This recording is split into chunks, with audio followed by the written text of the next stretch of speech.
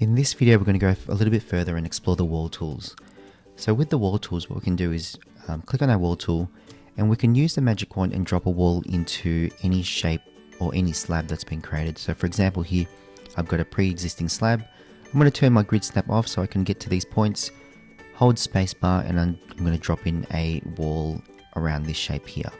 If you didn't know how to curve the slab, just go back to a previous video that's called custom slabs, and you can work out how to do that there. The other method we can use is using the wall tools and create the slab. So we're creating the center first before creating the floor. So in this method, we'll use the wall tool. For this example, I'm going to use this curve method, which will give me curved walls. So now what I'm going to do is create a curved wall here, right? And then I'm just going to go back to my wall tool, just use these straight methods, and I'm going to just cap off this section. So I'm going to go to this point.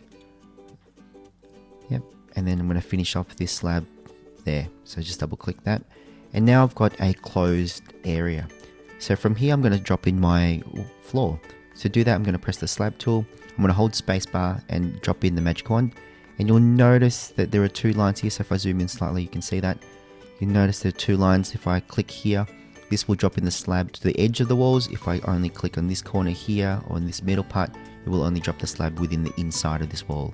So let's do it the right way. We're going to click on a slab again, drop in on the outside. You can see a little preview if you wait long enough, and then I'm going to click and the slab should be there. So I'm going to go to F3, 3D mode, and just to see that slab. So you can see here the slab has been dropped in into the house itself.